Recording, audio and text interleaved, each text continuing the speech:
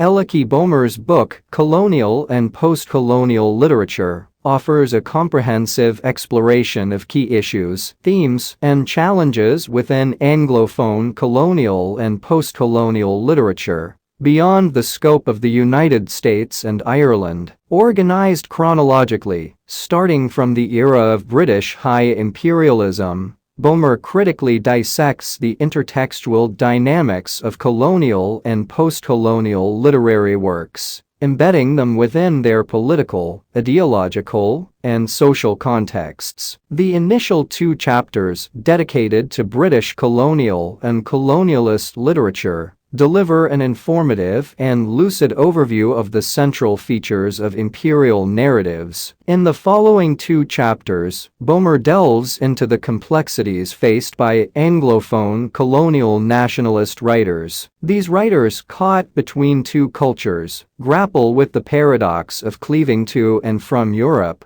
170. The book's final segment scrutinizes the intricate cosmopolitanism of post-colonial migrant literature, whose pertinence to the Third World often remains contentious, even as the migrant writers themselves hail from their distant homelands. The book culminates in an astute critique of the contemporary trend among metropolitan critics to fit post-colonial texts into a postmodern framework of ambiguity, marginality, provisionality, or fragmentation. Bowmer rightly highlights that such reductive interpretations tend to overlook the unique cultural contexts of specific post-colonial texts and risk perpetuating the Orientalism of the past. One of the book's notable strengths is its expansive coverage, accompanied by a discerning awareness of the diversity among former colonies in terms of their relationships with the metropolis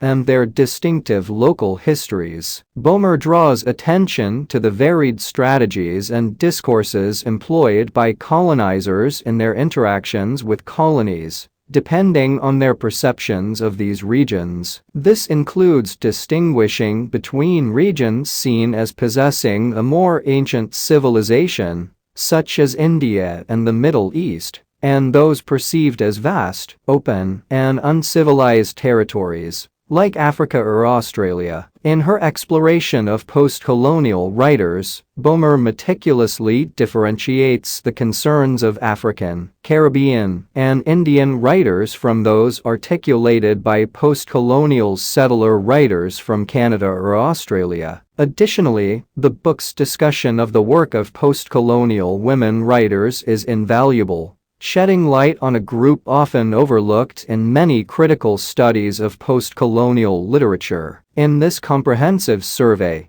which is generally praiseworthy for its inclusivity, one cannot help but notice the absence of acknowledgement for non-Europhonic colonial and post-colonial literatures. This omission is not unique to this survey, but reflects a broader trend in metropolitan post-colonial scholarship, which tends to primarily focus on writings that are linguistically and culturally more accessible to Western readers. Consequently, there has been limited attention given to post-colonial writings in languages such as Yoruba, Wolof, Kiswahili, Vietnamese, Chinese, Arabic, and others. It is important to clarify that the call here is not for a pursuit of cultural authenticity or linguistic purity, but rather a consideration of accessibility and relevance. The issue at the core is who possesses the linguistic and cultural capital to engage with Anglophone or Francophone post-colonial migrant writings. Aside from the metropolitan audience, readers of these texts often come from the elite class in former colonies,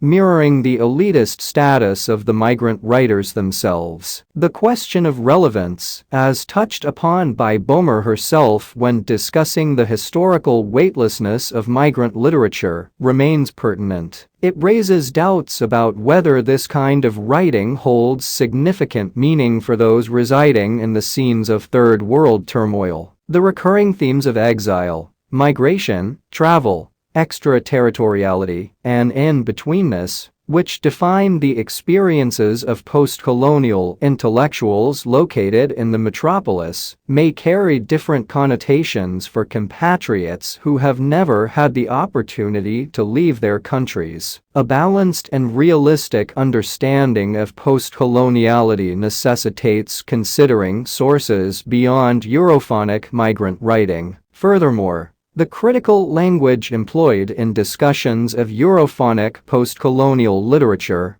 often remains Eurocentric, as critics predominantly evaluate the impact of these texts in relation to the West. While Bowmer offers a critical examination of the metropolitan appropriation of post-colonial writings in Chapter 6 of the book, there is limited exploration of how these writings are received or not in their home countries. Many central issues in post-colonial literature are framed primarily in terms of their relationship with the West, which might overlook the nuances and complexities of the post-colonial experience. Bowmer introduces distinctions between three types of literature: colonial, colonialist, and post-colonial. Colonial literature encompasses works written both in Britain and throughout the empire during the colonial period by metropolitans, Creoles, and indigenes. Colonialist literature refers to writings produced by and for colonizing Europeans